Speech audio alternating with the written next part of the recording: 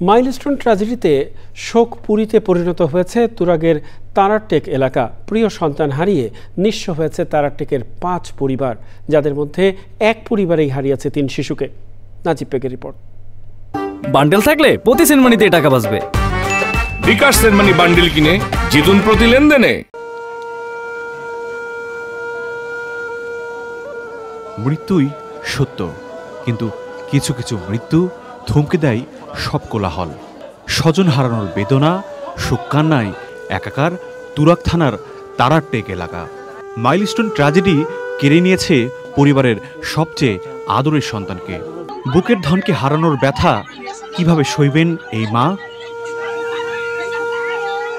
শোকস্তব্ধ পুরো এলাকা। আমাদের এক পরিবারের তিনটি শিশু চলে গেলেন এই দুনিয়া ছেড়ে। আমরা অনেক আশা ভরসা ছিলেন, কিন্তু আজকে আমরা এক পরিবারের 3টা ছেলেই নাই।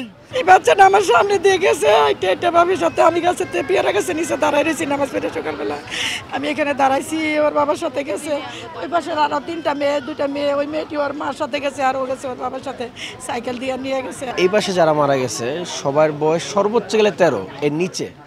আমাদের এখানে অলরেডি ধরেন বারাইটিয়া যদি হিসাব করেন, বারাইটিয়া আমার এই পাশে 5 জন মারা গেছে।